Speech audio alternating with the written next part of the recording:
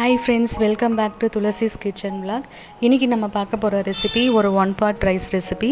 வெங்காய சாதம் ரொம்ப சிம்பிளாகவும் அதே நேரத்தில் ரொம்ப டேஸ்டியாகவும் இருக்கும்.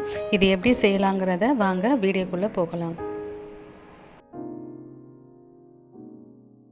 இந்த ரெசிபி செய்யிறதுக்கு ஒரு குக்கரில் நான் 2 டேபிள் ஸ்பூன் அளவுக்கு எண்ணெய் சேர்த்துருக்காங்க. எண்ணெய் நல்லா ஹீட் ஆனதும் 1 ஸ்பூன் கடுகு உளுத்தம் பருப்பு சேர்த்துக்கிறேன். கடுகு உளுத்தம் பருப்பு நல்லா பொரிஞ்சதும் 1 ஸ்பூன் சீரகம், 1 ஸ்பூன் கடலைப்பருப்பு.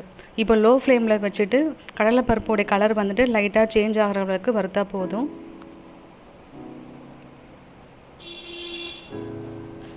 இப்போ ஓரளவுக்கு வந்துட்டு வறுபட்டதும் நான் இந்த வந்துட்டு சாதத்துக்கு ஒரு பெரிய சைஸ் வெங்காயம், 3 பச்சை மிளகாய், 4-5 பல்லு பூண்டு, ஒரு கொத்து கருவேப்பிலை இது எல்லாமே சேர்த்துட்டு நல்லா வதக்கி விட்டுக்கணும்.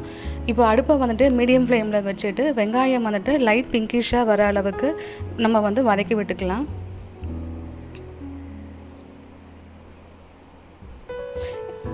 கால் ஸ்பூன் மஞ்சள் தூள், குழம்பு மிளகாத்தூள் அரை ஸ்பூன், நம்ம ஆல்ரெடி பச்சை மிளகாய் சேர்த்துருக்கோம், 1/4 ஸ்பூன் கரம் மசாலா தூள்.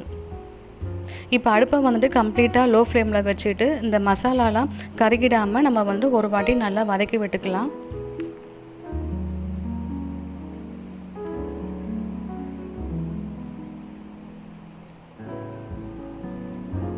நான் ஒரு அழகுக்கு பாஸ்மதி அரிசி வந்து அரை மணி நேரம் நல்லா வாஷ் பண்ணி ஊற வச்சுருக்கேங்க. தண்ணி நல்லா இருத்துட்டு அரிசி நான் சேர்த்துக்கிறேன். நீங்கள் பாஸ்மதி அரிசிக்கு பதிலாக நார்மல் சாப்பாடு அரிசி கூட சேர்த்துக்கலாம், நம்ம விருப்பம்தான். இதை ஒரு வாட்டி நல்லா மிக்ஸ் பண்ணி விட்டுட்டு இந்த சாப்பாடுக்கு தேவையான அளவு நான் உப்பு சேர்த்துக்கிறேன். உப்பு சேர்த்துட்டு ஒரு வாட்டி மறுபடியும் நல்லா மிக்ஸ் பண்ணி விட்டுட்டு நான் ஒரு அழகுக்கு அரிசிக்கு நான் 1.5 அழகு தண்ணி சேர்த்துக்கிறேங்க.